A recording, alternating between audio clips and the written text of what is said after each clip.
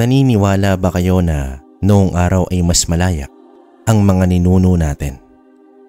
Na bago pa ang mga pamahalaan at mga tinatawag na gobyerno, malayang nakakapili ng mga tirahan ang mga tao na kung saan nila maibigang tumira at magtayo ng tahanan o masisilungan ay posible pa. Ilan sa inyo ang nakarinig na ng kwento mula sa matatanda na noong araw, kapag kaya mong bakuran at alagaan, ay sayo na ang lupa? Ang mga bagay na ito ay masasabi nating bahagyang may kaugnayan sa kwento natin sa araw na ito. Karanasan ito sa lolo sa tuhod ng ating sender na si Lolo Juan. Tawagin na lamang natin ang kanyang lolo sa tuhod na si Lolo Pedring. Taong 1908 sa kabundukan ng Iloilo. Kung payak na pamumuhay ang pag-uusapan, siguro ay isa na si Pedring sa mga taong may pinakasimpleng pamumuhay na makikilala natin. Ang kanilang pamilya ay nasa ibayong kabundukang namumuhay.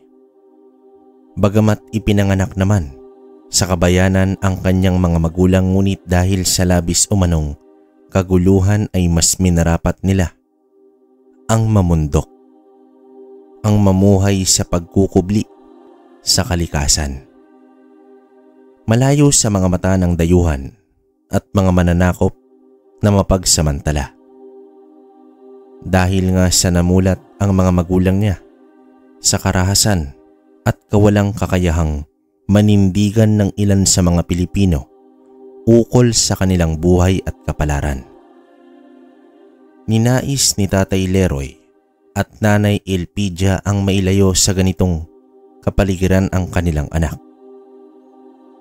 Ito nga sila Narcisa at Pedring, at walang ibang pangarap ang mga magulang nila kundi ang mabuhay ng mas mahaba itong magkapatid. Dahil nga sa sobrang kapayakan ng pamumuhay ng mga sinaunang Pilipino at mga inosente pa sa mga kaganapan sa daigdig, halos wala ding kakayahan ang karamihan na lumaban, lalo na kapag dunong at impluwensya na ang pag-uusapan. Kaya naman ilan sa mga tao ng panahong bago pa mabuhay sila Pedring ay kumapit sa mga itim na salamangka at karunungan. Natuto sa mga itim na gawi at mga higit sa ordinaryong kasanayan. Sa parehong panahon din, naging matunog ang usapin tungkol sa aswang at mga mangkukulam. Mga nilalang na di umano lumaban sa mga Kastila sa isang punto ng kanilang buhay. Nagtanggol sa mga Pilipino at nagtaboy sa mga dayuhang Espanyol. Ngunit nang pumasok na ang mga Amerikano sa eksena at naitaboy ang mga Kastila na ilang daang taong naghari sa bansa, naiwan ang mga bangungot ng digmaan. Ang mga aswang at mangkukulam na wala ng iba pang magawa dahil sa hindi na nila kailangan pang ipagtanggol ang bansa. Nawalan sila ng silbi sa mata ng noon ay umuusbong na lipunan ng Pilipinas. Kalaunan ay nakalimutan na ng panahon. Dahil dito at sa pangangailangan ng mga aswang na patuloy na mabuhay, kinakailangan nilang makahanap ng alternatibong makakain dahil sa kawalan ng mga dayuhan. At dito nga nag-umpisa ang mas nakakatakot na bangungot na dulot ng mga aswang. Dahil dito, ugali na nila Pedring ang manatiling nasa loob na ng bahay nila bago pa mang dumilim ang kapaligiran. Madalas ay mga bandang 4:00. Pedring, umuwi na tayo. Malapit nang magtakip silim. Alam mo naman ang bilin nila nanay at tatay, di ba? pagwiwika dito ng ate Narcisa nitong si Pedring. Isang hapon habang nalilibang silang manguha ng mga dahon ng gabi na balak nilang patuyuin upang maiimbak sa kanilang mga pagluluto. Sa murang edad ni Pedring ay maaasahan na din ito sa mga gawaing madalas ay sa kagubatan. Dalaga na ang kanyang ate at ayaw ng mga magulang nila na mag-isa itong nagtutungo sa kakawyan. Magaling sa paghawak ng sundang si Pedring. Alam niya na kasi na kailangan niyang matuto dahil ang mga sundang ay magsisimbolo ng buhay at kaligtasan ng mga tao noon. Sandali na lang ate. Konti pa. Sayang naman. Ang dami-dami nitong pwede nating kunin Para naman madami tayong mapatuyo Di ba nga, mas masarap tong gulay sabi nila tatay. Para naman hindi mo kailangan magpabalik-balik dito. Alam mo sabi ng kaibigan ko, may mga nagpapagala-gala daw ditong mga aswang. Kaya mas maigi na hindi tayo palaging nagpaparito. Sambit ni Pedring sa kanyang ate. Ikinatahimik naman ng dalaga. Kahit pa mas matanda siya sa kanyang kapatid na si Pedring, alam niyang hindi mahilig magsinungaling ang kapatid niya. Isa pa ay naniniwala nga sila sa mga aswang dahil na din iyon sa mga kwento ng mga magulang nila na di umano noong ipinagbubuntis pa lamang si Narcisa ay makailang ulit nga silang binisita ng isang di malamang nilalang na tumatawag palagi sa labas ng bahay nila sa tuwing hating gabi. Naging mas panatag nga lang sila nang dumami ang mga bahay sa lugar nila. Kung dati ay 3 bahay lamang sila doon, noong ipinagbubuntis ni Nanay Elpidia si Narcisa. Noong dumating naman sa mundo, si Pedring ay nasa 10 bahay na ang naroroon. Halos mga kapareho nila. Tumakas sa bayan upang maging tahimik at ligtas. Hindi naman kasi nanaisin ng mga dayuhan ang tunguhin sila sa ganoon kaliblib na lugar. Mas ligtas sila sa mga pang-aalipusta. Nang mapuno naman ni Pedring ang daladala niyang sako ay nagpasya na din silang umuwi na. Malapit na ang gabi, kung saan nga sa tuwing sasapit ang 6:00 ay nakaririnig sila ng mga pag-alulong gayong wala namang malapit na bahay sa kanilang lugar ang merong alagang aso. Alam nilang hindi ito ang natatanging 2 aso sa kanilang komunidad dahil malayo ang tinig ng alulong na tila mula sa kakawyan at mistulang nagmumula sa isang malaking hayop.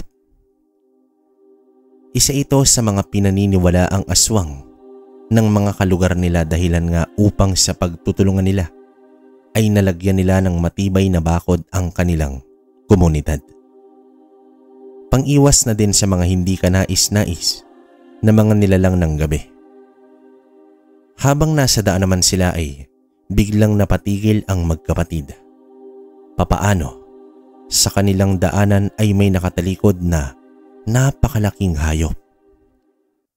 Noong una, akala nila Pedring ay kalabaw. Ngunit nang marinig nila ang tinig na mula sa baboy at nang silipin nila mula sa mga dahon ang nilalang na ito, hindi ito isang kalabaw, kundi isang higanteng baboy ramo. Ang mas nakagigimbal pa ay nang umalulong itong malaking itim na baboy ramo na animoy isang aso.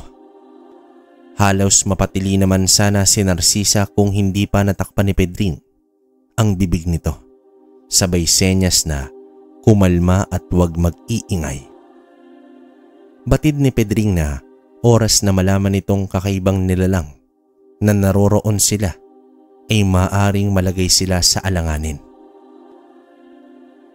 Mabilis na nag-isip itong binatilyo kung papaano ba silang makakaalis sa sitwasyong iyong gayong ang lugar na kinaroroonan ng malaking baboy ay ang tanging daan papabalik sa kanilang bahay. Ngunit hindi sila maaaring magtagal doon dahil sa mas lalong gumagabi na. Ang pangamba ni Pedring na baka kapag inabot sila ng mas malalim na gabi sa gubat ay mas maraming kakaibang nilalang ang makakasagupa nila. Noong araw kasi, batid ni Pedring na hindi pa naman hayag sa karamihan ang ilan sa mga hayop na kilala natin ngayon. Kaya naman kapag kakaibang uri bagamat para sa mga tao ngayon ay ordinaryo at itinuturing nilang aswang o engkanto. Sa kabila nito, hindi din natin may kakaila na may mga nilalang na nabubuhay noon na maaaring manirahan sa ating mga kagubatan. Ang ngayon ay hindi na umiiral, pero sa tagpong iyon, para kay Pedring, higit sa ordinaryong nilalang ang naroroon. Ni minsan hindi pa siya nakakita o nakarinig ng mga usapan tungkol sa baboy na mistulang kalabaw sa laki at umaalulong na parang malaking aso. Isa lang ang ibig sabihin nito: aswang ang nakikita nila. Ayaw man sana ni Pedring at masukal ang alternatibong daanan na alam niya at hindi ito pabor sa kanila dahil nga sa dala nilang sako ng mga gulay. Sumenya siya sa kanyang ate na sundan siya nito. Saka naman nakarinig sila Pedring ng tila mga nagpapagaspas sa himpapawid. Agad niyang tiningnan yung baboy kung naroroon pa ba. Pero laking gulat niya na wala na ito. Maaring ito na yung lumilipad na tila nakasunod na sa kanila. Ate, bilisan mo. Mukhang hindi na hayop ang nakasunod sa atin ngayon. Bilisan mo, may alam akong daanan. Mahinang sambit ni Pedring. Pinagpapawisan na siya ng malamig habang iniisip niya. Kung sana siya lamang ang naroroon, kayang-kaya niyang takasan nang walang hirap ang aswang. Ngunit kasama niya ang kanyang ate. Matimtiman man kung kumilos at hindi kagaya niyang sanay sa mga takbuhan at habulan. Pagod na ako, Pedring. Di ko na kayang tumakbo pa. Baka naman maaari tayong magpahinga kahit saglit. Para nang mapuputol ang mga paa ko eh. Pagmamakaawa naman itong ate Narcisa. Dahil sa walang tigil nilang mabilis na paglakad takbo, nangalay na bigla ang mga paa nitong dalaga at tila bang pinupulikat na. Sa pag-aalala naman sa ate niya, ay agad na naghanap ng mapagtataguan itong si Pedring. At nakita nga niya itong malaking tumbang punong kahoy. Maaari silang magtago sa ilalim nito. Pero panibagong problema ang kinakaharap nila. Lalo na si Pedring. Hindi siya sigurado kung may mga ahas ba doon. Kaya naman nauna siyang gumapang upang maitaboy kung merong makamandag na hayop. Ate, dito tayo. Bilisan mo at huwag ka nang umiyak. Maririnig tayo ng aswang na yan eh. Hindi niya tayo dito maabot. Magtiwala ka sa akin. Pangungumbinsi ni Pedring sa kanyang ate na panay na ang paghikbi ng oras niyon. Labis ang takot at tuliro na ang utak. Nang nasa ilalim na sila, ay muli nilang narinig itong mga pagaspas ng malaking pakpak at dumapo nga ito sa ibabaw ng tumbang puno. Tila nakikiramdam kung saan sila nagtungo at biglang natahimik ang kakawyan. Marahil dahil na rin sa bahagyang pag-ulan ay hirap na ang aswang na matukoy ang kinaroroonan nila dahil sa hindi nito magawang maamoy ang magkapatid. Dinig nila ang pagpapalakad-lakad nitong aswang. Pabalik-balik sa itaas ng putol na puno nang biglang kumidlat ng napakalakas. Hindi nila maunawaan pero tila ba iniligtas sila ng kalangitan dahil sa direktang tinamaan ng kidlat itong aswang noong lumilipad ito at walang malay na bumagsak. Ate, pagkakataon na natin to para tumakas. Mukhang napuruan yung aswang sa kidlat. Patay na yan. Tara na. Pagyaya ni Pedring sa kanyang kapatid. Kaya naman marahan silang gumapang papalabas ng pinagtataguan nila. Kitang-kita nila doon ang nakahandusay at umuusok pang katawan ng aswang. Subalit ang isa pang nakita ni Pedring sa tabi ng batuhan kung saan ito bumagsak ay ang tila ba umiilaw na batong naroroon at naghihintay lamang na pulutin niya. Iniisip ni Pedring na maaaring ito ang mutya ng kidlat. Hindi ito literal na kidlat, bagkus isang uri ng buhay na bato na aksidenteng naging aktibo dahil sa pagkakatama ng kidlat dito. Noong araw kasi, sa panahon ng ating mga ninuno, pinaniniwalaan na ang mga ganitong uri ng bagay ay agimat at misteryoso. Alam ito ni Pedring kaya naman hinubad niya ang kanyang damit at marahang dinampot ito gamit ang tela. Nang makuha ay inilagay niya ito sa sako at niyaya na ang kapatid niya. Sabik siyang may pakita ito sa tatay niya. Sabik siyang matanong ang matandang si Yohelio na tinaguri ang albularyo sa kabundukan kung totoo ba talagang isang mutya ang kanyang nakita. Ni hindi man lang inalala ni Pedring kung nakasunod pa ba sa kanila yung aswang o nakabangon pa ba ito dahil nga sa pagkakaalam niya ay walang nabubuhay oras na tamaan ng kidlat.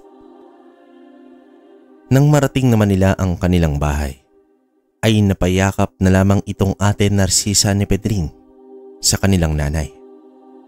Gulat at hindi maunawaan ang nangyari. Napakuha pa ng itak itong tatay nila sa pag-aakalang may kaaway silang dalawa sa labas. Pero pinakalma ito ni Pedring habang pinapaliwanag ang lahat. Anak, ano ba talaga nangyari? Bakit umiiyak ang ate mo? Nag-away ba kayo? Bakit ang putla-putla ni Narcisa? Nababahalang pagtatanong nitong tatay nila. Nang ipakita naman ni Pedring ang nakuha niyang mutya ng kidlat. Tay, sinalaki po kami ng aswang sa gubat. Kinailangan namin ni ate ang dumaan sa masukal na kakuyan at gumapang dun sa malaking tumbang puno na pinupuntahan natin para sa mga kabuti. Akala namin katapusan na namin.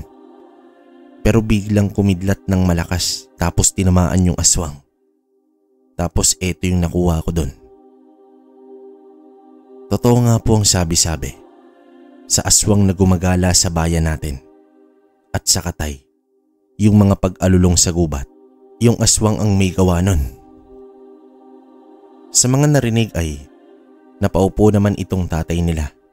Ayon pa dito ay dapat na hindi niya na inutusan pa ang magkapatid sa pangunguha ng mga gulay. Kamuntikan pa silang mapahamak. Mabuti na lamang at alisto ang utak ni Pedring. Kinaumagahan naman ay naikwento ng ama nila sa mga kalugar nila ang tungkol sa aswang. Ito namang si Pedring ay nagtungo sa gilid ng sapa. Naroroong nakatira itong albularyong si Tandang Yohelio. Sabik niya ngang ipinakita ang bato. Ngunit wala na ang liwanag dito na nakita niya noong nagdaang gabi. Pangako, Tandang Yohelio, umiilaw talaga yan kagabi. Pati nga yung aswang na humabol sa amin, natusta nung kidlat. Bakit kaya wala ng ilaw? Ibig sabihin ba niyan hindi yan mutya?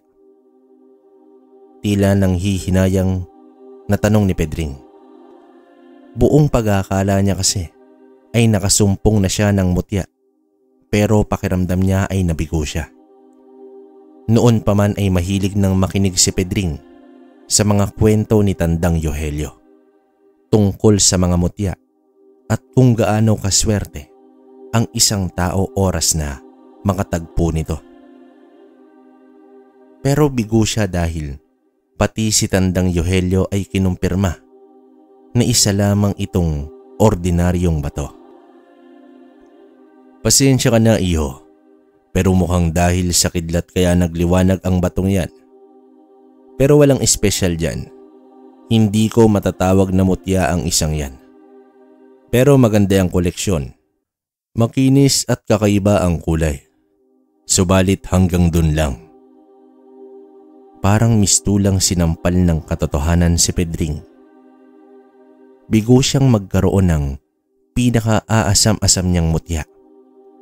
Magkagayon pa man ay inuuwi niya itong bato. Kagaya nga ng sabi ni Tandang Yohelyo, mainam na koleksyon ito dahil sa pambihira nitong anyo at kulay.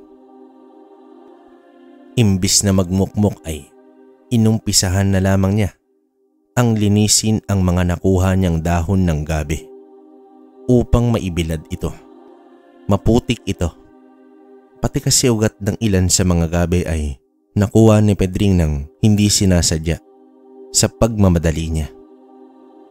Dito ay aksidenteng tumama sa banyera ang ugat ng mabitawan niya ito at lumagatik.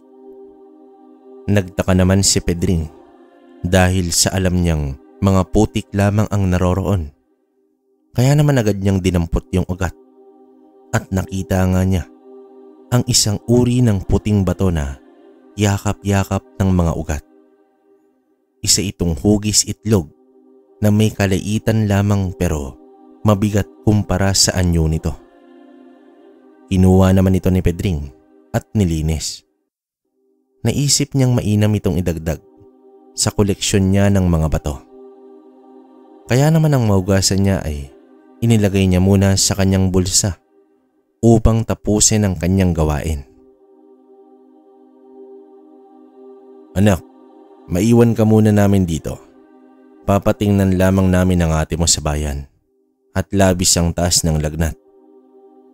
Natingnan na siya ni Tatay Yohelyo pero hindi naman daw ito gawa ng aswang o engkanto.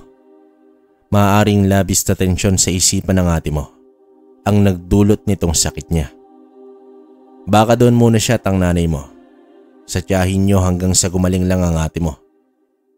O paano? Ikaw na muna ang bahala dito. Pagbibilin ng kanyang tatay. Tila bang hindi nakayanan ng dalaga ang labis na takot at nababahala itong mga magulang nila na baka iwanan ng bait si Narcisa kung hindi ito maaagapan. Alam ni Pedring na maaaring sa kinaumagahan nang makabalik ang tatay nila. Hindi biro ang lalakarin nila patungong bayan mula sa bundok at peligroso. Mabuti na lamang at may mga makakasabay sila at isinakay nga itong si Narcisa sa kalabaw upang wag nang maglakad pa at mapagod ng labis. Dito nga ay naiwang mag-isa ang binatilyo pero hindi niya na ito alintana pa. Total maliwanag pa at wala siyang nararamdamang takot. Napagpasyahan nga ni Pedring na magtungo muna sa ilog malapit sa kanila. Mainit ang pakiramdam niya at ibig nito ang maligo muna at magbabad. Naisipan niya din na total patungo na siya sa ilog. Magdadala na siya ng mga labahin niya at timba. Nalalagyan ng mga suso na pupulutin niya. Nakasabay naman niya dito ang kanilang kalugar na si Aling Teray. Ganun din at maglalaba. Bagamat hirap na ito dahil sa umbok niyang tiyan sa pagbubuntis, ay matyaga pa din itong nagtutungo sa ilog upang maglaba. Kasama naman ang anak nitong si Anton. Kababata ni Pedring at mas matanda lamang sa kanya ng 1 taon. Dito nga ay nagawa nilang maglaro sa ilog. Hindi na muna inisip ni Pedring ang paglalaban niya. Panay kwentuhan na lamang sila nitong kaibigan niya at niyabangan pa nga niya ng tungkol sa engkwentro nila sa mga aswang. Alam mo ba, Anton, akala talaga namin noong gabi na sa gubat kami, makakain na kami ng aswang. Nakakatakot. Sinlaki ng kalabaw yung nilalang. Tapos walang kasing itim. Mas maitim pa sa uling. Pagbibida ni Pedring kung papaano sila inilagtas ng kalangitan sa pamamagitan ng kidlat na bigla naman silang sinaway nitong si Aling Teray. Ayon pa dito, ay Biyernes kaya wag na wag pag-uusapan ang mga aswang dahil sa nakikinig di umano ang mga ito. Baka daw kasi magalit at bisitahin pa sila. Lalo pat nasa ilog sila. Nagagawang marinig umano ng mga aswang ang usapan ng mga taong nasa tabing ilog dahil sa pag-agos nito. Sa takot naman ni Pedring na baka totoo nga na nakikinig ang mga aswang at bisitahin sila ay natahimik ito. Naalala niyang mag-isa nga pala siya sa bahay sa kinagabihan. Ayaw niyang siya ang mabiktima nitong mga aswang, lalo pa at ikwinento niyang dahil sa kanila kaya naman namatay ang isang aswang sa gubat. Papaano na lamang kung nakikinig pala ang mga kamag-anak nito. Kaya naman ay itinuon na lamang ni Pedring ang kanyang oras sa pangunguha ng mga suso dahil sa nagsilabasan na ito. Plano niyang gataan na lamang ang suso kasalo ng dahon ng gabi. Bandang magtatanghali nang magpaalam na sila Anton at ang nanay nito. Tapos na sa mga labahin kaya naman mauuna nang umuwi habang si Pedring naman ay nagpaiwan. Hindi pa kasi ito nagagawang labhan ng kanyang mga damit. Isa pa, hindi pa siya nagsasawa sa pagpapalutang-lutang sa malalim na parte ng ilog. Iniwan niyang nakabilad sa malalaking batuhan ang mga damit niya. Sa init ng araw ay alam niyang mabilis lang na matutuyo ang mga nilabhan niya. Nagpasya na muna siyang lumangoy-langoy at iniisip niya kung paano ba siya makakahuli ng isda. Alam niyang maraming isda ang maaaring makain na doon nakatira sa ilog na yon. Ngunit wala siyang tiyaga sa pamimingwit. Mabilis siyang antukin kapag walang ginagawa at nakatunganga lamang. Minsan kasi ay sinubukan niyang mamingwit pero nakatulog siya at sa pagising niya wala na yung pamingwit niya. Tila nagawang tangayin ng kung anumang isda na nahuli niya. Kaya nga mula noon ay hindi na siya sumubok pang mamingwit ng hindi kasama ang tatay niya. Bandang mag-aalas 12, nakaramdam na ng gutom si Pedring. Kaya naman nag-umpisa na siyang kolektahin itong mga damit na bahagyang tuyo na. Salamat sa init ng panahon at magaan na ang mga bitbit niyang nilabhan. Pasipol-sipol pa si Pedring habang naglalakad nang makarinig siya ng mga sigawan sa kakawyan. Tinig na tila takot at nangangailangan ng tulong. Kaya naman naging alerto ito, pero hindi para tulungan ang kung sino mang gumagawa ng ingay, kundi ang magtago. May natitira pang takot sa isipan niya dahil sa nangyari sa kanila ng ate niya. Ang ginawa ni Pedring ay lumihis ito ng daan. Mabilis siyang bumalik sa nayo nila para maikwento sa mga kapitbahay nila ang narinig niyang mga sigawan. Mang Tomas, nakauwi na ba sila Anton at Aling Teray? Grabe, nakakatakot yung nadaanan ko dun sa kakawyan. May sumisigaw na babae. Mabuti na lamang at mabilis akong nakaiwas ng daan. Parang nag-aaway o kaya ay parang sinasaktan eh. Sambit ni Pedring sa asawa ni Aling Teray. Pero sa mga sinabi niya ay biglang napatayo sa pagkakaupo sa labas ng bakuran nila itong si Mang Tomas. Dahil ayon dito, hindi pa nga nakakauwi ang asawa at ang anak nito.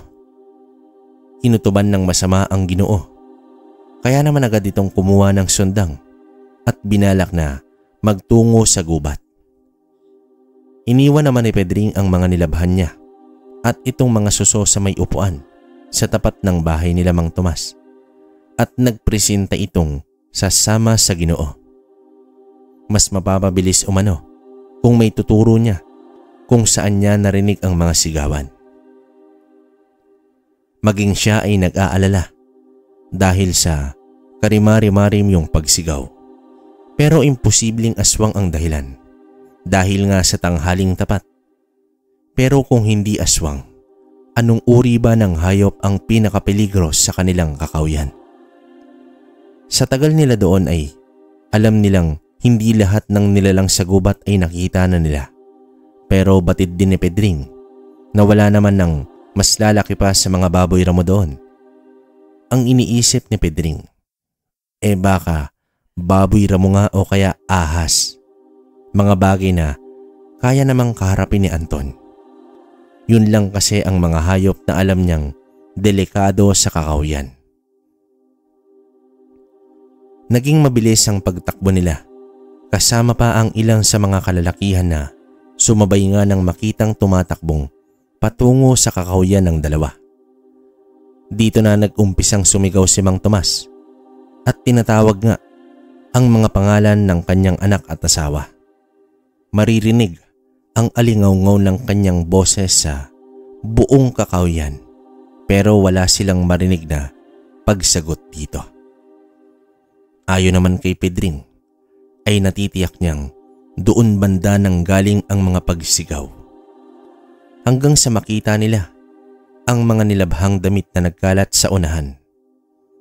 Nanginginig na noon si Mang Tomas sa pag-aalala sa kanyang mag-ina.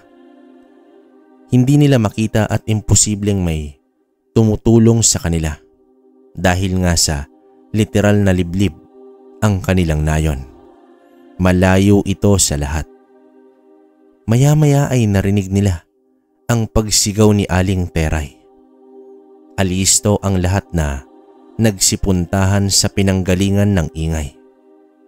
Pero nagulat sila dahil sa nang marating nila, ang lokasyon ay isa itong tila bangin at naroroong nanghihina na si Anton habang hawak ang kamay ng kanyang nanay na malapit ng mahulog. Mabuti na lamang at naabutan pa nila itong dalawa. Hinang-hina ang mag-ina na binuhat na nga lang sila ng mga kalalakihan pabalik sa kanilang nayon. Nang may masmasan itong ginang, ikwinento niya ang tagpo kung saan nga habang masaya silang nagkwekwentuhan ng kanyang anak, bigla silang may nakasalubong na dalawang nilalang na inakala nila ay tao.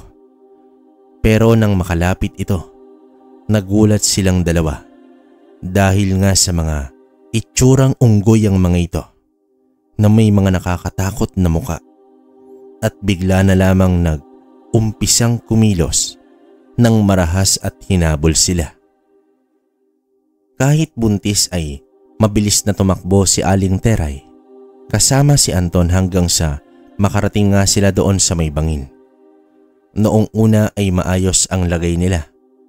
Nagawa nilang makapagtago sa mga nilalang na malaunggoy ang wangis, ngunit bigla sa hindi inaasahang pangyayari umano ay bumigay ang tinatapakan nilang lupa at gumuho, dahilan upang kamuntikan na silang malaglag sa bangin kundi dahil kay Anton. Doon na umanong nagsusumigaw si Aling Teray para sa paghingi nito ng tulong.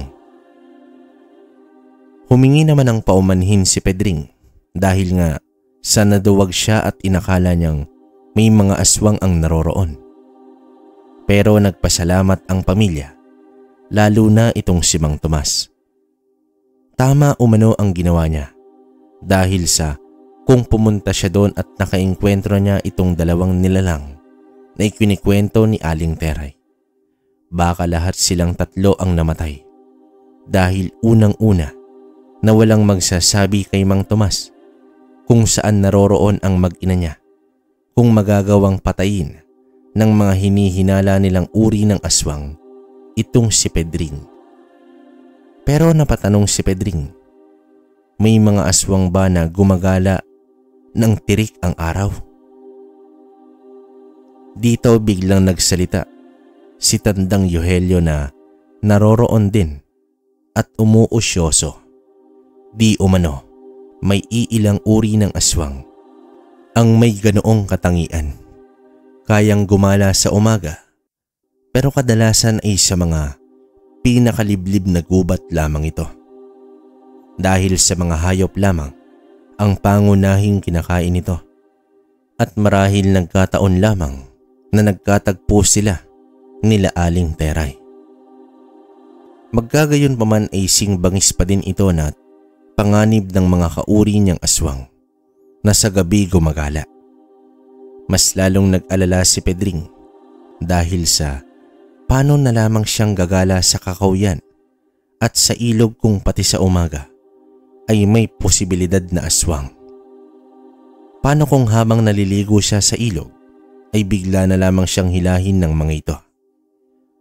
Napaisip pa niya na oo nga at malayo sa magulong bayan, pero paano bang matatahimik ang isipan niya kung may magagawing aswang malapit sa kanilang lugar?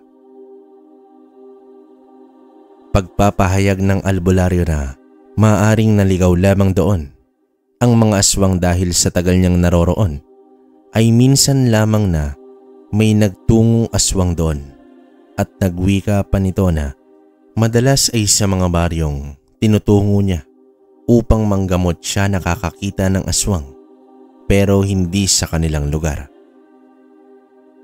Ibig sabihin umano nito ay nasa peligro silang lahat dahil sa walang sinisino ang mga dayong aswang.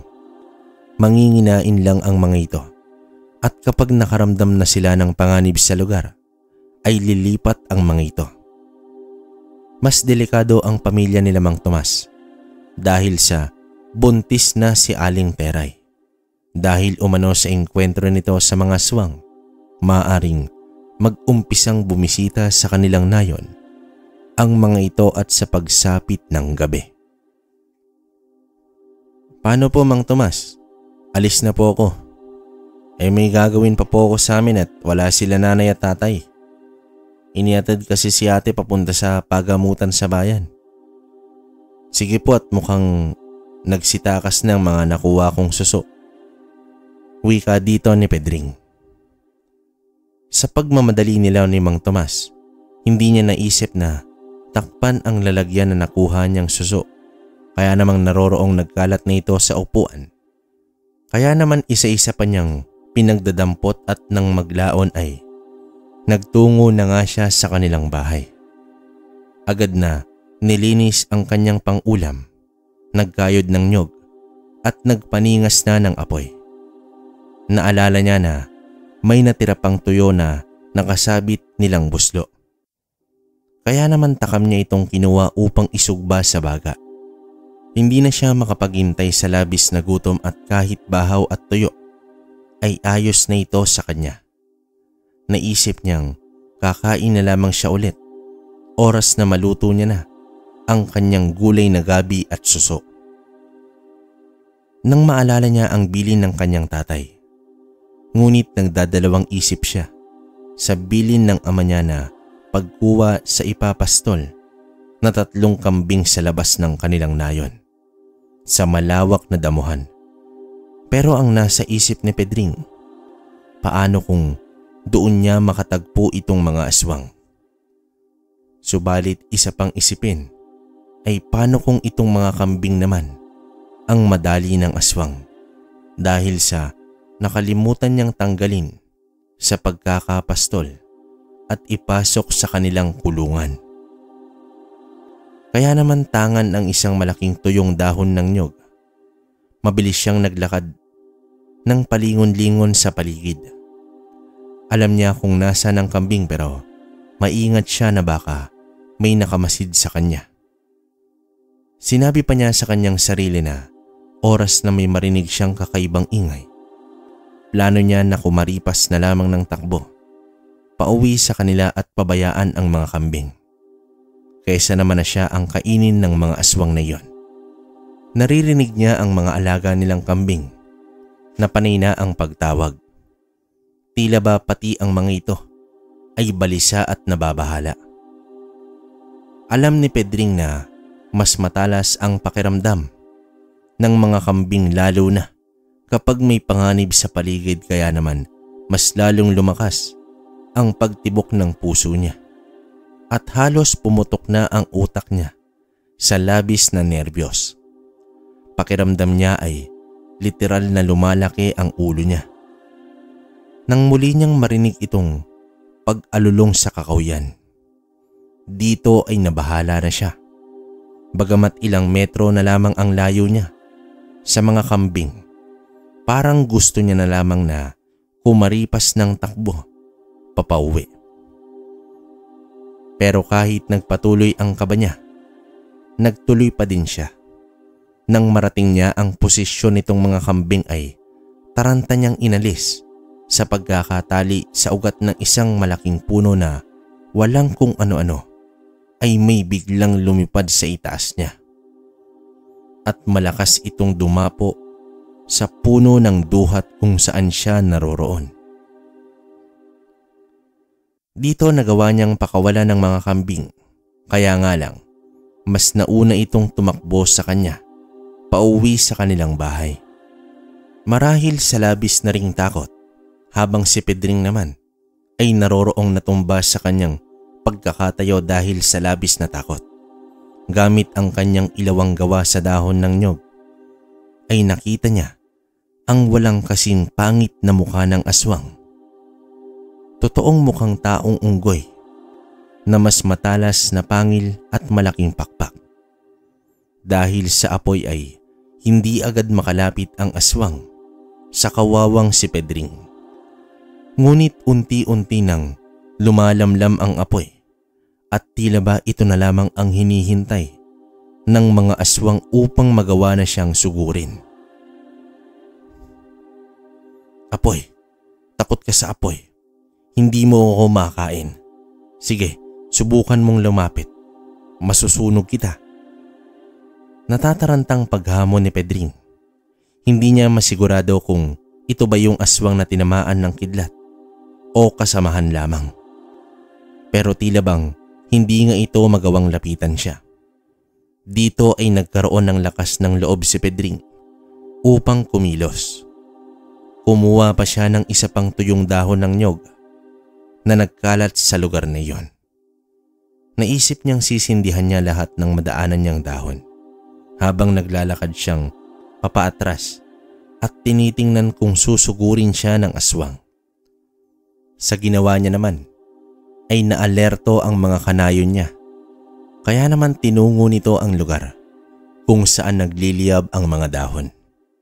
At doon nga ay nakita nila ang nakakatakot at malaking aswang na lumilipad papalayo.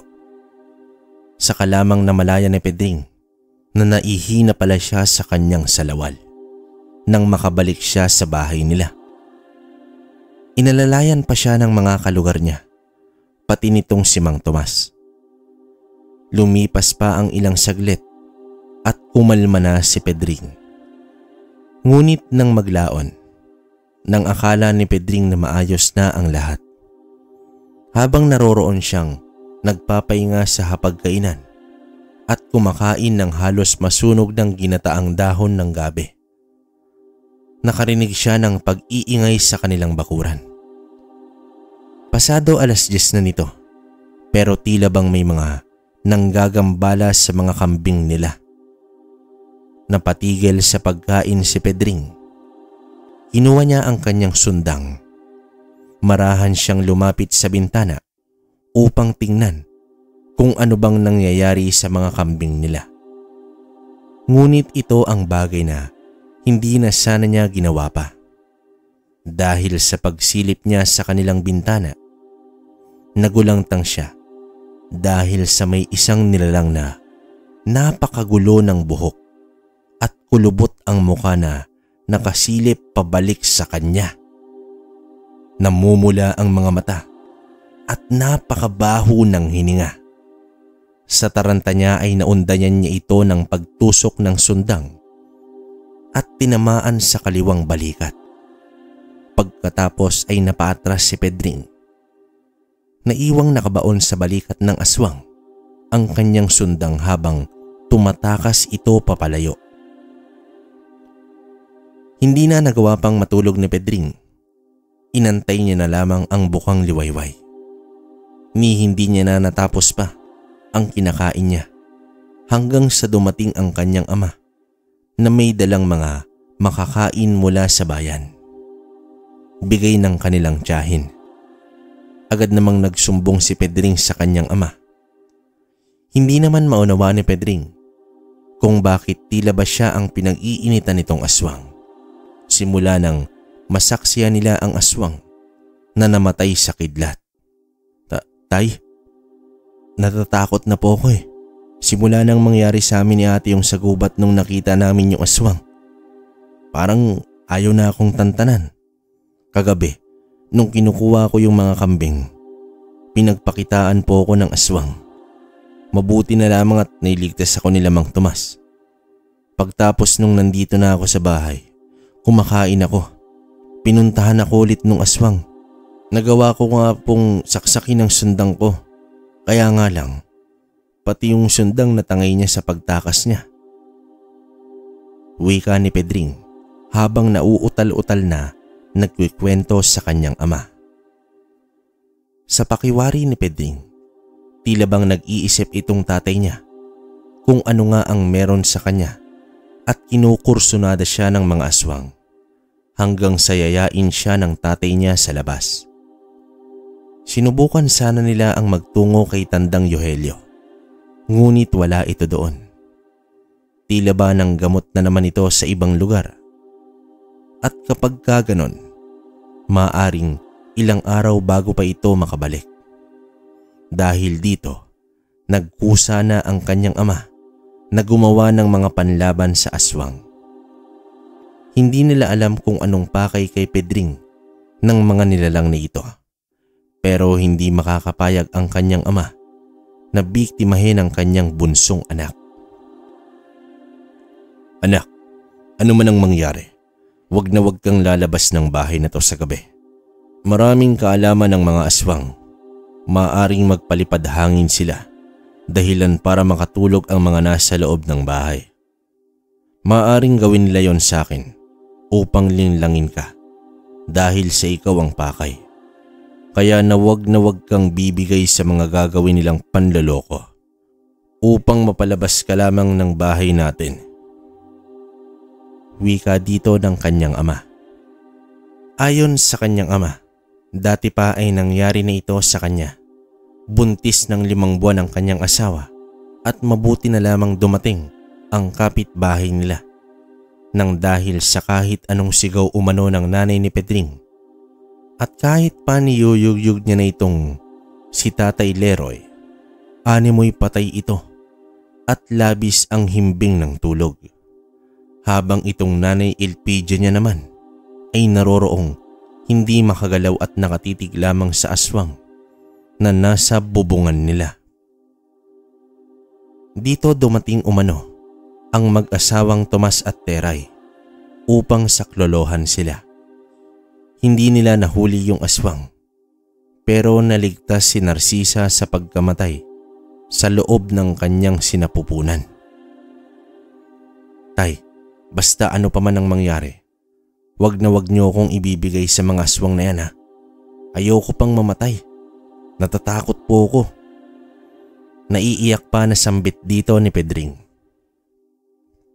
Wag kang mag-alala anak, hindi ka duwagan ng matakot ka. Lahat ng tao ay may kinakatakutan at hindi ibig sabihin nun ay mahina ka. Mas malalakas ang mga taong inaamin ang kanilang kahinaan at kakulangan. Basta anak, manalig ka lang sa may kapal at tibayan mo ang loob mo.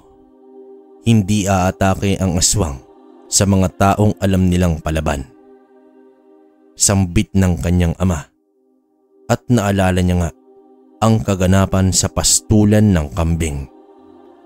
Habang hinahamon niya, yung aswang ay mas lalo itong umaatras sa kanya. Kaya naman ito ang plano niya sa pagdating ng gabi.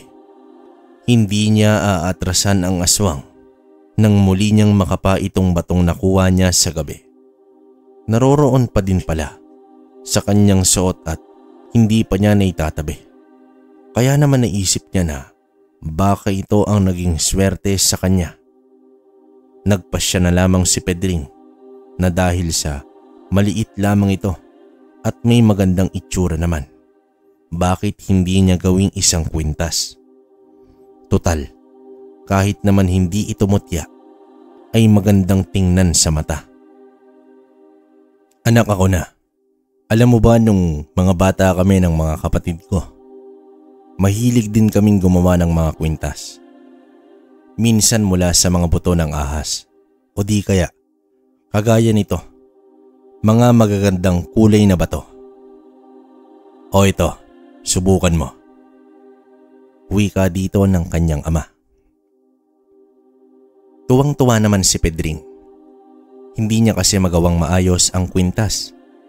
Pero saglit lang itong inayos ng kanyang tatay. At bagay na bagay nga sa kanya. Ipinailalim niya ito sa kanyang damit at masayang nagtungo sa kusina para initin itong ginataang gabi. Sa tanghali ay nanatili lamang si Pedring sa kanilang nayon.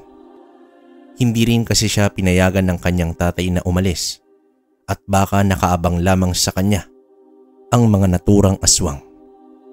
Isa pa ay wala pa ang kanilang kinikilalang albularyo na biyasa sa mga aswang. Kaya naman gusto lamang ni Tatay Leroy ang makasigurado.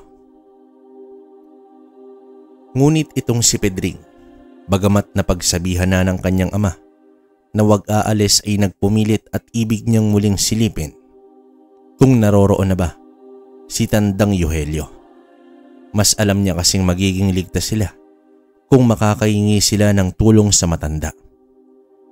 Hindi naman nabigo si Pedring dahil sa naroroon nga itong si Tandang Yohelyo. Tatang, mabuti naman po't narito ka na. Kanina pa kami nag-aabang sa iyo ni tatay pero wala ka dito. Hindi na po kasi namin alam ang gagawin. Ayaw na po akong tantanan ng mga aswang. Kagabi, 2 beses akong pinagpakitaan ng aswang. Buti nakaligtas ako. Sambit naman ni Pedring sa albularyo.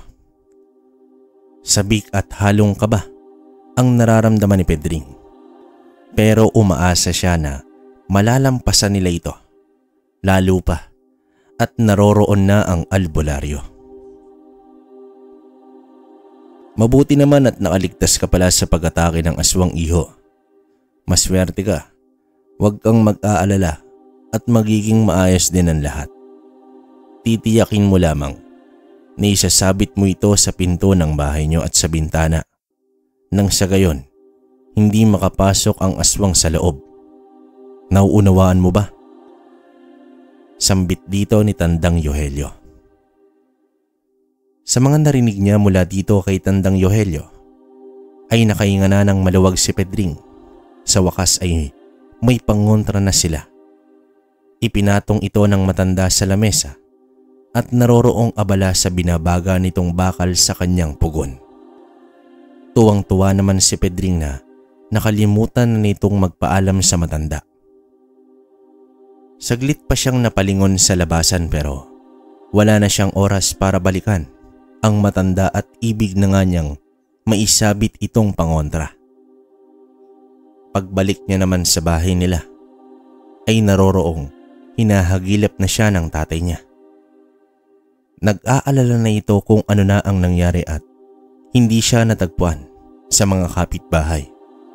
Pero napawi naman ito nang sabihing nakausap niya na si Tandang Yohelyo at nabigyan na siya ng pangontra.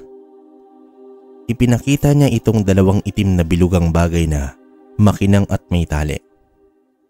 Dalian itong isinabit ng mag-ama sa kanilang bahay. Kapanatagan ang naging dulot nito sa pakiramdam ni Pedring. Sa wakas ay makakatulog na sila ng maayos. Para namang maibisa ng pangamba ng anak, naisipan ni Tatay Leroy na katayin ang isa sa mga manok nila at mag-ihaw para lang sa kanilang dalawa.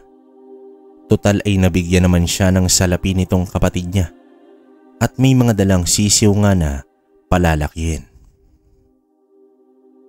Anak, paano? Mauna ka nang matulog sa kwarto mo at may mga ayusin pa ako sa kusina.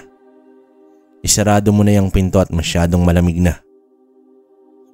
Inalok pa nitong si Tatay Leroy ang anak niyang si Pedring kung gusto daw ba niyang matulog sa kwarto upang magkasama silang dalawa sakaling dalawin nga sila ng aswang. Pero matapang si Pedring, alam niyang hanggang nakasabit ang pangontra ay ligtas siya at alam niyang naroroon naman ang tatay niya para ipagtanggol siya, kaya nagpaalam si Pedring na matutulog na. Totoo ang sabi ni Tandang Yohelio. Wala ngang aswang ang nagtungo sa kanilang bahay.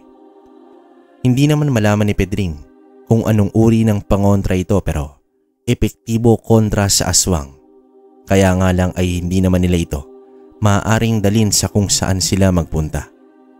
At mahigpit niyang bilin ni Tandang Yohelio na oras na isabit ito sa bahay nila ay wag na wag nilang tatanggalin pa upang wag mawala ang bisa nito. Naisip naman ni Pedring na kung sana ay mas dinamihan niya pa ang paghingi ng ganoong pangontra. Kaya lang wala na naman ang matanda sa bahay nito nang tunguhin ni Pedring.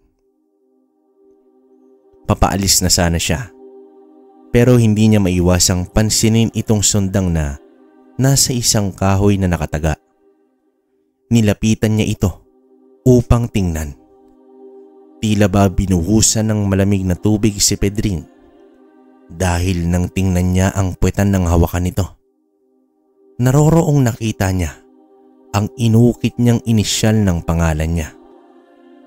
Labis ang hilakbot ni Pedring dahil sa panahong naroroon ito sa bahay ni Tandang Yohelio, gayong naitarak niya ito sa aswang na bumisita sa bahay nila. Sa gimbal na nararamdaman niya at sa katotohanang hapon na nga ay patakbong umuwi si Pedring. 30 minutos na lalakarin ang layo nitong bahay ng matanda sa may sapa mula sa kanilang bahay. Kaya naman katakot-takot na lakad-takbo ang ginawa niya. Halos iwan naman siya ng kanyang kaluluwa at napasubsob nga sa damuhan nang agad niyang makita ang dalawang malaunggoy na nilalang na naglalakad. Mas malaki ito sa normal na tao at naalala niya nga yung kwento ni Aling Teray tungkol nga sa dalawang wangis ng unggoy na sumugod sa buntis noong nakaraang araw. Napadapa si Pedring upang magtago, pero nagtataka siya kung paano niya nakita itong mga nilalang gayong sa tansya niya ay napakalayo nito. Nang muli nga niya itong sipatin, ay tama siya. Masyado pang malayo ang dalawa. Maaari ngang hindi pa siya nakikita nito.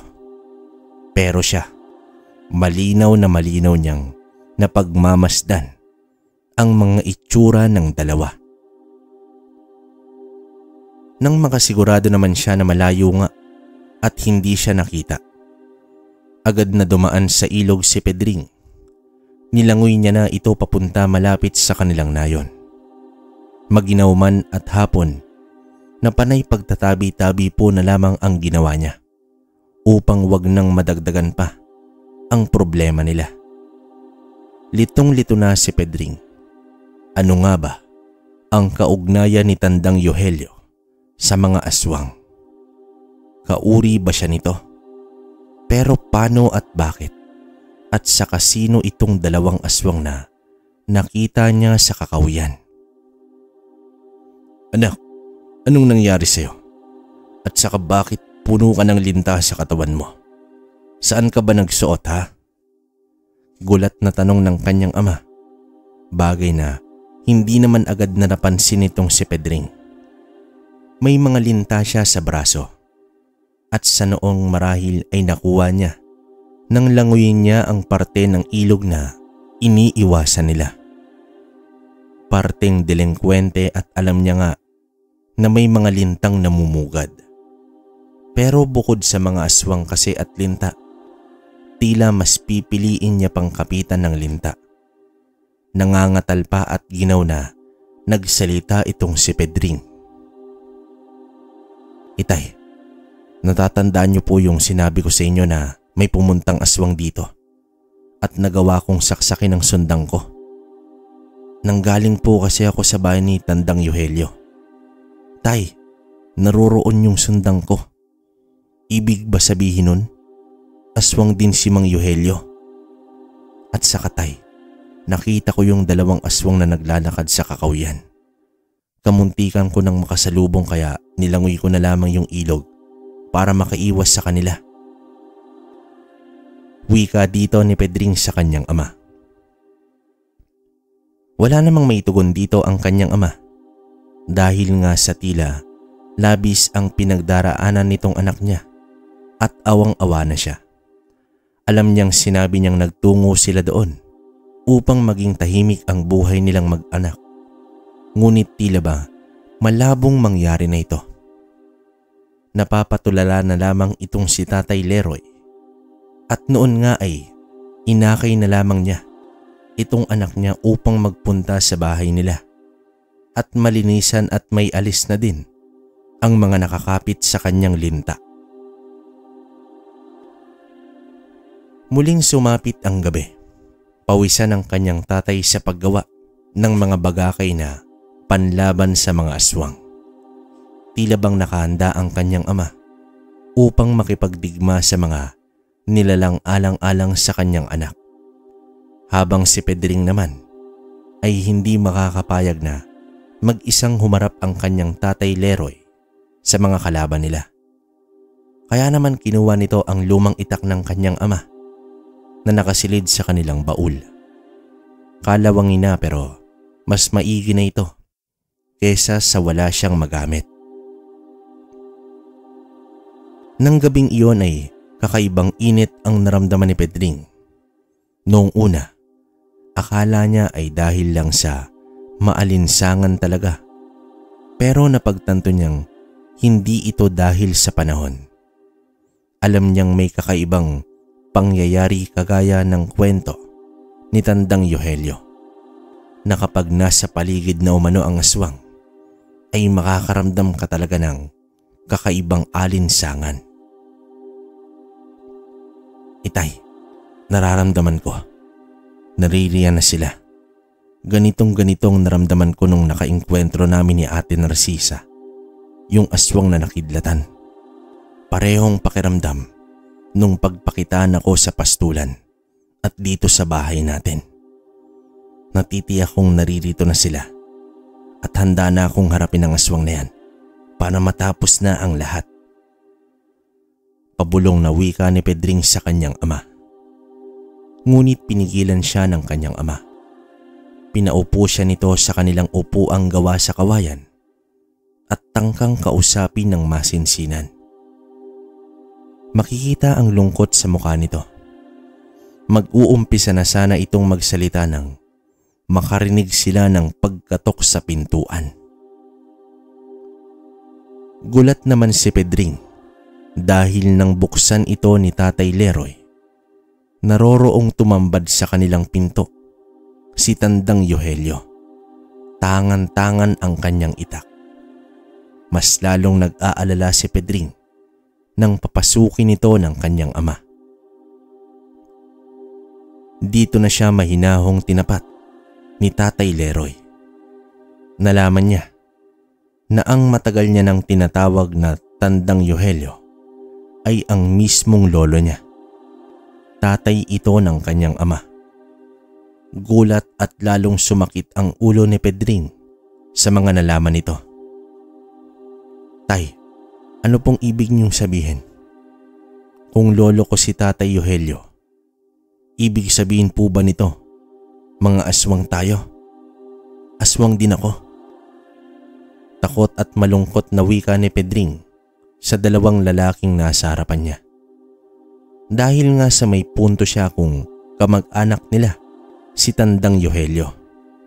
Ibig sabihin lang ay aswang din siya, pero ang pangambang ito ay agad namang pinawi ng kanyang tatay Leroy. Nagkakamali ka, anak. Hindi aswang ang lolo Yohelyo mo at wala tayong lahing aswang.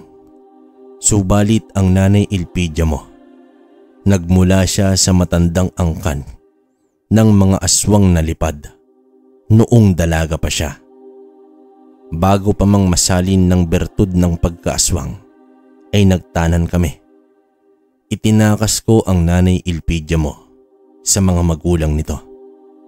Anak, hindi totoong pinili namin dito dahil tahimik. Ang totoo niyan, pinili namin dito dahil naririto ang lolo Yohelyo mo at ang ilang mga antingero noong araw. Sila ang promotekta sa amin kontra sa mga kamag-anak ng nanay Elpidia mo na pilit siyang kinukuha at ibig akong patayin. Mahabang saad nitong tatay Leroy. Nalaman niya din na kaya ibinaba ng kanyang mga magulang sa bayan ang kanyang ate Narcisa nang dahil sa doon lamang ito ligtas kontra sa mga aswang sa loob ng kumbento. Dahil nasa edad na ang kanyang ate Narcisa upang salinan ng bertud ng aswang, makailang ulit nang nagbanta ang mga kamag-anak ng kanyang ina. Ayon dito umano, kung nagawang makuha ni Tatay Leroy itong si Nanay Elpidia, gagawin naman ng mga aswang ang lahat upang makuha ang panganay na anak nitong mag-asawa upang gawing aswang bilang kabayaran sa pagtatraidor ng ginang sa kanilang angkan. Naitanong naman ni Pedring na kung totoo ang sinasabi nila, paanong napunta sa kamay ni Lolo Yohelyo ang sundang. Lumalabas na naroroong nagbabantay din pala itong si Tandang Yohelyo sa kanilang nayon. At noong gabing nasaksak ni Pedring yung aswang na malamang sa malamang ay kamag-anak din nila, nakasagupa ito ng matanda at nagawang masugatan ng malubha. Doon nakuha ni Tandang Yohelyo ang sundang. At tungkol sa dalawang aswang na namamataan ni Pedring, ito ang mga kamag-anak nilang ilang beses nang tinangkang paslangin si Tandang Yohelyo. Ito ang dahilan kung bakit madalas nawala siya sa kanyang kubo. Nagtatago din ang matanda dahil sa hindi lamang isa o dalawang aswang ang nagagawi sa may sapa sa tuwing sasapit ang gabi upang salakayin siya. Nang biglang narinig na nila ang alulong ng aso, nagkagulo ang mga manok at kambing nila at tila bang may nagwawala sa labas ng bahay. Pakiwari ni Pedring na labis ang galit ng mga aswang sa kanila. Nariyang binabangga ang dingding ng bahay nila at tila balak na sirain ang bubungan. Nagpasya sila Tatay Leroy at Tandang Yohelyo na kaharapin ang mga aswang sa labas. Nakahanda ang mga sandata nila at alang-alang sa pamilya nila. Susuungin nila itong mga aswang na walang humpay sa panggagambala. Naiwang tulala si Pedring sa loob ng bahay nila. Nakasilip sa kung anumang mangyayari sa tatay at lolo niya. Tama si Tandang Yohelyo. Hindi lamang isa o dalawang aswang, dahil sa pagkakataong iyon ay may 4 na matitikas na aswang ang nasa labas ng bahay nila at nakabang ito. Wala nang ginawang pag-uusap pa ang magkabilang panig at itinaas ng kanyang Tatay Leroy ang kamay nitong may hawak na itak. Gayon din si Tandang Yohelyo. Kasabay ng mga pag-usal nito ng orasyon, ngunit malalakas ang mga aswang. Bukod sa 4 ito, may mga kaalaman din ito sa kulam at sumpa, kaya halos hindi magkandamayaw si Tandang Yohelyo upang protektahan silang dalawa. Subalit malakas ang mga aswang at ilang saglit pa ay nakahandusay na sa lupa ang mag-ama at nanghihina na ito habang nakatingin lamang sa kanila si Pedring sa may pintuan ng bahay. Hanggang sa hindi niya na mapigilan ang emosyon, parang bombang sasabog sa galit niya na makitang nasasaktan ang tatay at lolo niya. Gulat ang mga aswang nang biglang gumulong ang ulo nitong aswang na akmang papaslangin na si Tandang Yohelyo. Sa ilalim ng sinag ng buwan, kita nila si Pedring at nagliliwanag ang kwintas nito at tila ba ibang tao ang nakikita nila. Mabilis na umatake si Pedring sa 3 aswang na naroroong nagbabanta sa kanilang buhay. Halos hindi na magawang sabayan pa ng mga aswang ang pagsalakay ng binatilyo. Niwala sa hinuha ni Pedring na sa kabila ng pagkabigo niya sa inaakala niyang mutya ng kidlat, hindi niya inaasahan na ang palawit ng kwintas niya ay isang tunay at purong mutya, ang mutya ng gabi. Sa tulong nito ay nagtataglay si Pedring ng walang kapares na lakas at bilis, maging ng talas ng pandama at paningin niya. Alam ng mga aswang na nasa alanganin na silang sitwasyon, lalo pa at napatay na ang isa sa kanilang kalahi. Ngunit nang tangkang tumakas ang 3, naroroon na sa likod nila si Pedring at tinagpas ang pakpak nitong isang aswang na nasa gitna. Kasunod ng paglabas ng mga tao sa lugar nila, may mga tangang sulo at sibat. Tila ba nakahandang tumulong upang puksain ang mga aswang, ngunit sa puntong iyon ay dumating sila Nanay Elpidia at si Narcisa kasama ang lolo at lolang aswang ni Pedring. Di umano ay nagkapatawaran na sila. Tanggap na ng matatanda ang piniling buhay ng anak nila at ang mga aswang na sumugod sa kanila ay mga kamag-anakan nila na ibig sirain ang napipintong pagkakaayos ng mga magulang nila Pedring at mga magulang ni Nanay Elpidia. Ito ay upang hindi magawang mapamanahan ng matatanda sila Pedring at ang mga magulang nito. Namagitan ang matatandang aswang at nakiusap sa mga taong naroroon na bigyan ng pangalawang pagkakataon ang mga aswang nilang kamag-anak dahil nga sa walang pahintulot ang ginawang pagsalakay sa kanilang nayon.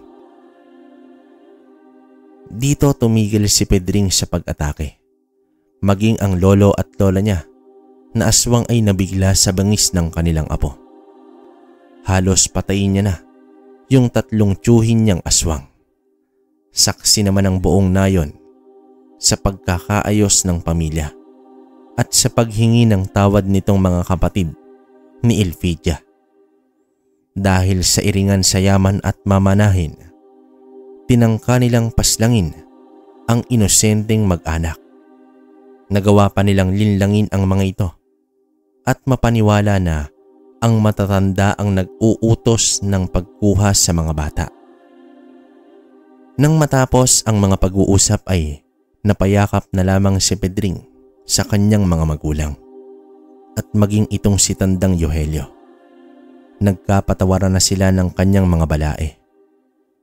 Dito nag-umpisa ang kanilang magandang ugnayan.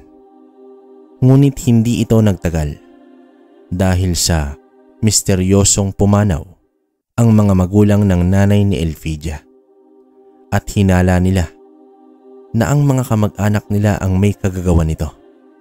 Mabuti na lamang bago ito mangyari ay nailipat nila ang nararapat na mana para sa anak nila na si Elpidia at sa mga apo nilang sila Narcisa at Pedring. Lumipas ang mga panahon hanggang sa magkaroon na ng pamilya si Pedring, pero ni isang aswang ay walang nagtangkang kantiin sila dahil sa kinikilala nilang mamamatay aswang ang lalaking si Pedring na walang sino mang aswang sa panahong iyon ang may kakayahang talunin nito. Kalaunan kasama si Tandang Yohelyo ay bumaba na sila Pedring sa bayan upang doon na manirahan sa lupang ipinamana sa kanila ng kanilang lolo at lola.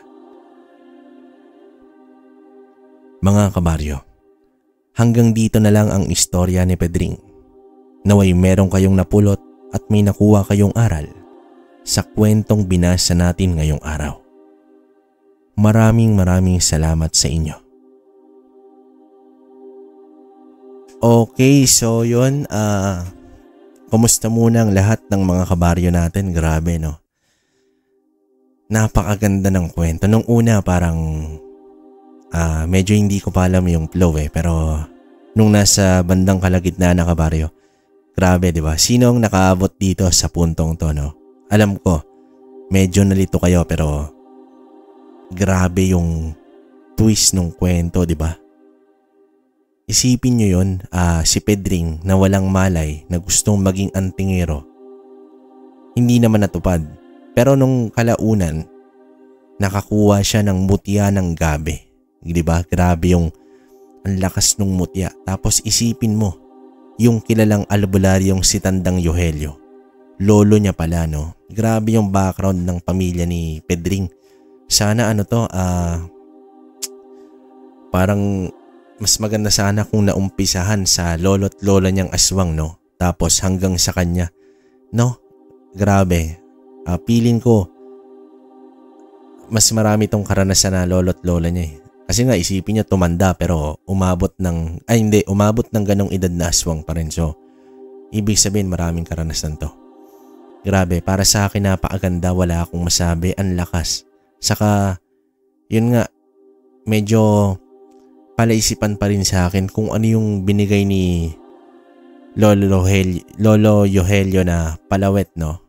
Kasi bilog na bagay, pwedeng medalyon to pero hindi natin alam. Tapos yun nga, si Tatay Leroy, hindi ko naman matatawag na antingero. Parang normal na tao tong tatay ni Pedring. Kasi nga talagang may lahing aswang. Si nanay ni Pedring, si Elpidia, no? Bale, yung anak nilang si Narcisa na panganay, yung ate ni Pedring, yun pala yung dahilan kung bakit parang inahabol sila ng aswang. Kasi nga, kukunin eh. Yun yung pagkakaalam ko parang hindi ko masyadong alam, no? Pero baka may alam dyan. Yun ba yung parang mamanahan ng itim na bertud, no? Kasi base dun sa nakalaban nila, tsuhin to nila Pedring, no? Tapos parang ang pinalabas, pinapatawag sila ng lolo at lola niya para kunin, no? Tapos siyang tatanggap ng pagiging lahing aswang. Pero lumabas naman yung katotohanan sa dulo na hindi naman pinag-utos nung lolo at lola niya. Kumbaga parang ang gusto ng mga tsuhin niyang aswang is hindi sa kanila mapunta yung mana, no? Grabe naman pagkaganid talaga. Hindi mo akalain na mamamatay ka na lang dahil sa sobrang ganid mo, di ba? Kasi grabe yung lakas ni Pedring, isipin niyo yun. Hindi niya naman alam na tsuhin niya pero talagang sasaglitin niya lang, di ba? Buti na dumating tong si nanay niya, si Elpidia, no? Napigilan ba tapos yung lolo at lola. Pero ang nakakalungkot lang, namatay din, no? Kalaunan. Feeling ko bukod dun sa lahi nilang ng tsuhin niya, feeling ko may mas malakas pa sa lahi nila na kamag-anak. Pwedeng parang binarang o kinulam, hindi natin alam. May ganong ase na aswang na mangkukulam at mambabarang. So, yun, hindi natin alam kung ganun yung naging parang way para namatay yung magulang niya. Pero, yun nga, wala masabi, napakaganda, napakalakas ng kwentong to. Saka, yung isa pa, mutya ng gabi. Diba? Wala masabi, grabe. Ngayon naglalabasan yung mga mutya kwento natin, no? Talagang Grabe, malakas. So, ito. Yung shoutout ko, kabaryo, ito yung kwento natin sa Maglolo, yung kahapon, no? Ito random lang to, mabilisan. Binabati ko unang-una si Blue, no? Maraming salamat sa iyo, Blue. Pes Mercy, order po ako ng sinukuan 10. Sige po, ma'am, ayusin lang natin. Evelyn Paul from Germany, salamat ma'am. Ma'am Christine Farado, good morning kabaryo. Sulit pa din ang pagod at puyat. May istorya naman ako na naabangan sa inyo. Wow. Salamat ma'am Christine. Susan Manalo, salamat po. Ramonita Bertugo, Nanay Ana, salamat. Pinay sa Cyprus, salamat Nay.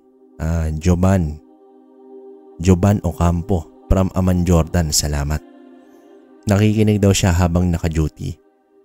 Si JR, sabi ni JR, bait mo talaga kabaryo, sa iba mahal na yon. Okay lang yung presyo mo, ingat lagi. Hindi naman sa mabait, kumbaga parang yun talaga yung tinatawag na limos, no? Kasi lilimos ka. Pero yung benta mo naman, garapal, di ba? Wala rin yun, parang wala ring bisa yun. Saka parang yun ang pangit pag ginawa mong pinagkakitaan mo yun di ba? Yun nga sabi ko, eto yung gagawin ko sanang freebies pero dahil sa hindi nakakayanin ng budget natin kaya yun, ibibenta na lang natin ng mas mura. Di ba? Tapos si Ma'am Elsa Constantino, salamat po yun. Sana magaling na to si Ma'am. Rapalitos Bal, salamat boss. Order ako ng sinukuan kabaryo, salamat po. Dito ako sa Bataan. Pwede boss. Ayusin natin yan. Gerson Amar, salamat boss. Darren De Leon, salamat. Alona Sanchez, salamat din po ma'am. O-order kayong lahat sa Kuwait. Tingnan natin po para lahat kayo magkaroon talaga. Ronel Tolosa, salamat sa iyo boss. Annabel Magkalayo from USA, no? San Diego, yon, salamat. Janice Gomba, salamat din. Celso Benitez, Renato Elidotabo, salamat boss. Arlene Culsbesa, salamat ma'am. Roslyn Dalo Perez, salamat din po ma'am. Happy Sigrani, salamat. Ma'am Tina Kayabyab from Toronto, salamat. Maria Casusa, salamat. Asil Gumban, salamat po. Cora Hidalgo, Marilu Matsuda, salamat ma'am. Virginia Belay, salamat. Hazel Snowy, salamat. Carmelita Pruna, salamat po. June Alcantara, salamat din. Lita 5, salamat. Arceli Asayi, salamat. Si Brenda Canyel, si Lola yan. Yan, salamat po. Vivian Colantes, Marie Chris Pelayo, Elena Durana, salamat. Kuha daw sila ng sinukuan. Yes po, lahat po nang nagko-comment. Ayusin natin yan. Si Ma'am Lisa, salamat din. Inday Gamay Ivalarosa. Ray Mundiego, uy, kababayan, kapangalan. Pa-order po. Boss, hintayin natin, ayusin natin. Pasiano Padua. Ito sabi niya, isa akong manggagamot kaya nakaka-relate ako sa mga kwento mo. Na-addict na rin si misis ko sa mga kwento mo kaya lang di naman ako albularyo. Nagte-therapy ako, gumagamit din ako ng mga herbal gamot butika. Gumagamit din ako ng spiritual healing. Batoo mo sana nais ko kung pwede. Tingnan natin boss kung okay. Tingnan natin. Michael J. Sean Octaviano, yon, salamat boss. JJ Malungkot, yon, huwag ka nang malungkot boss. De, joke lang. Arthur Dalumambon, salamat boss. Corazon Nepe, salamat. Juanita Sosa, salamat din po. Maymay Sinita, salamat ma'am. Inday ng Paris, salamat. Joel De Guzman, Maywin Kilang, salamat. Binket, salamat din. Boss Brain Omega, yon, suki natin yung mga yan. Lahat kayo. Alma Hornales, kinakapos na naman tayo ng hininga. Lubinida Alahas, salamat po. Monica Flores, salamat ma'am. Gina Bel Bugador, salamat din. Pilipina Palsario, Lourdes Grace Garde, salamat. Yam Duca, Inday Lebras, salamat. Emil Bautista, Catherine Blasquez, Charlune Rolan, boss, salamat. W. Montanos Vlog, salamat din. Tahani Vlog, Riam Mendoza, Durano, Kasipel, tama ba boss? Risa Edurias, salamat po. Dave Honyega, yon si Dave, boss Dave from KSA. So yon mga kabaryo, meron tayong upload sa second channel natin, yung may mukha ko. So kinig din kayo doon. So salamat ulit at salamat sa suporta sa Kwentong Alakbay din, Kwentong Baryo at sa mga kwento ni Kabaryo. Yon yung sinukuan mga kabaryo, hintay natin, ito October na. Parang first anniversary gift na rin to kung susumain kasi 1 year na tayo ngayon. Hindi nyo ba alam? 1 year na to. So salamat sa inyo. Yun, hintayin lang natin by October na to ng second week. Ilang araw na lang. Ayusin lang namin ng tito ko tapos tingnan natin kung paano. Tapos yun nga pala, yung Bato Omo, meron tayo niyan pero tingnan natin yung kung magkano ko makukuha sa pinsan ko kasi siya yung nagano talaga eh. Tingnan natin, basta wala naman tong tubo, kumbaga yun din naman yung binibigay dun sa mga lokal sa Banahaw. So yun, sobrang mura na po talaga. Kahit tumingin kayo sa iba baka maloko lang kayo, kaya ingat po. So yun, muli hanggang dito na lang. Maraming salamat po mga kabaryo, kalakbay. Yun, hanggang dito na lang. Hanggang sa susunod na kwento. Salamat.